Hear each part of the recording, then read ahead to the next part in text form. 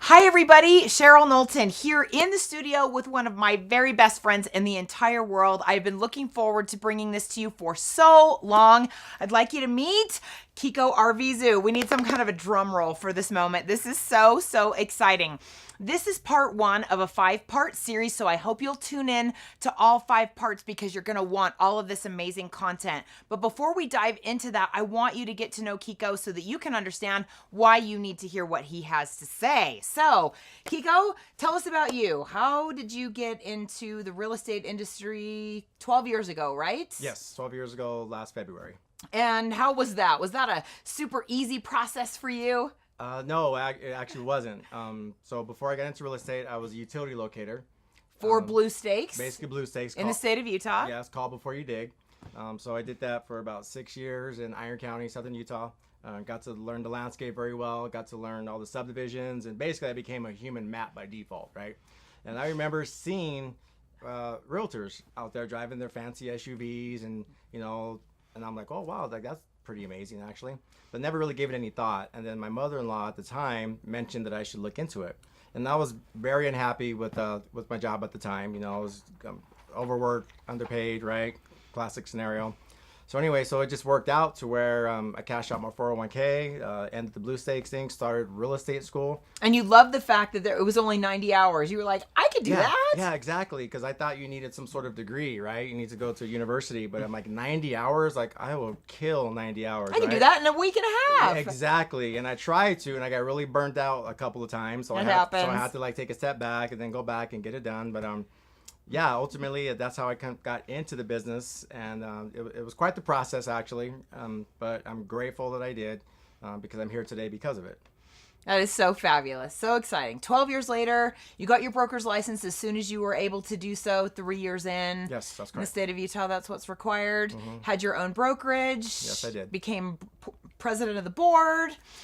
Yep, which was actually how we met. So a number of years ago, I was teaching at the Iron County Convention, and Kiko was the president of the board of that time. And he was not actually the one who hired me, but that is where we met at that conference, walked into the luncheon we had been invited to attend in between my 2 sessions that first day. I was as sick as an ever-living dog.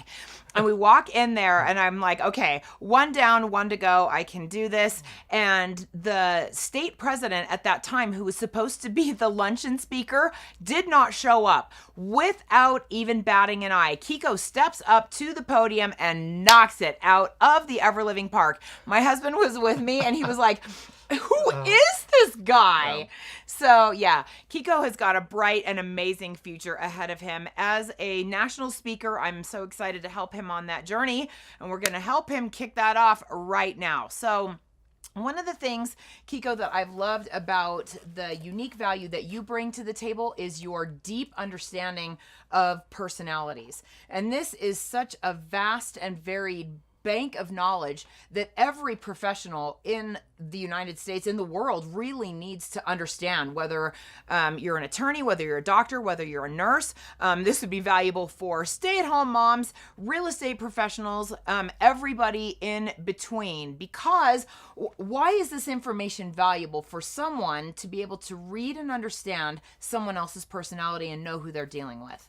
Well, as far as real estate is concerned, I like to believe that we're not really in the real estate business, but we are in the people business. We are in the people business in real estate, and that's true of every business. Really, we are in the people business, and the sooner we figure that out and we can really, truly, deeply connect with people, the better we are going to be at our business and the better relationships we're going to have. Yeah, absolutely. It's provided great awareness for myself once I began to study the 4 basic personality styles.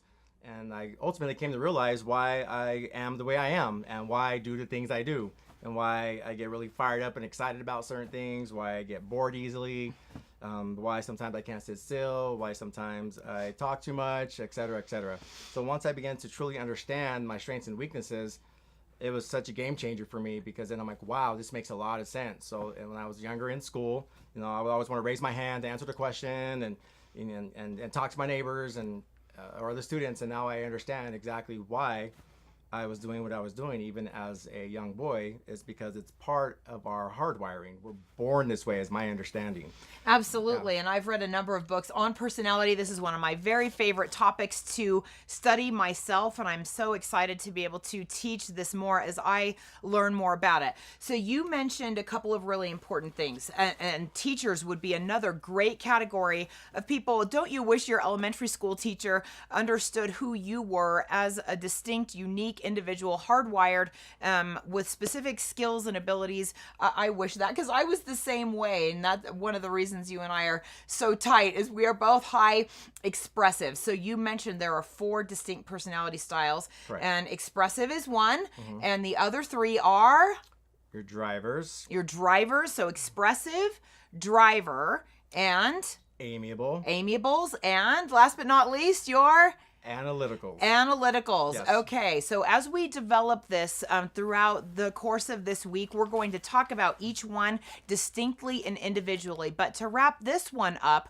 let's talk about what that has meant to you. You mentioned how it was so valuable to you to learn who you were. Yes. What difference has that made in your life, first of all, to figure out who you were and why you're hardwired the way that you are? Well, again, Cheryl, it provided a great sense of awareness for me, because then I felt like I was unplugged, so to speak, from the normal day-to-days of the world. Because again, I'm understanding now why I do what I do, why I feel the way I feel, just natural tendencies that I've had my whole life.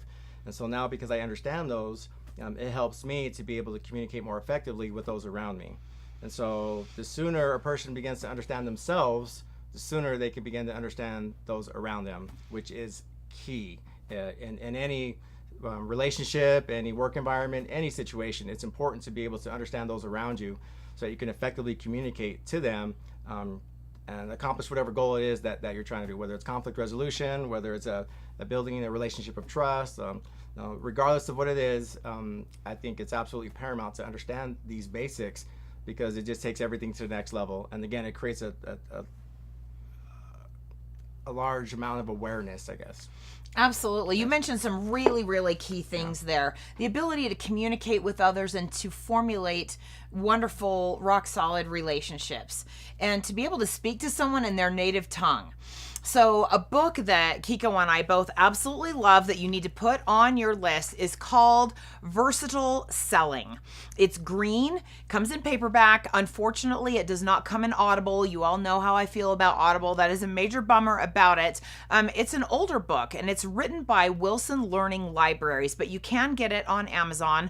Absolutely worth every single penny you would invest in this book. Even if you feel like you're not in a sales profession, this book will teach you about these 4 distinct personality styles and how to identify which one you might be dealing with when you're talking with a person. And Kiko is going to teach you how to do that in each successive day this week. So we hope you'll come back, learn more with us, and we will see you at the next episode.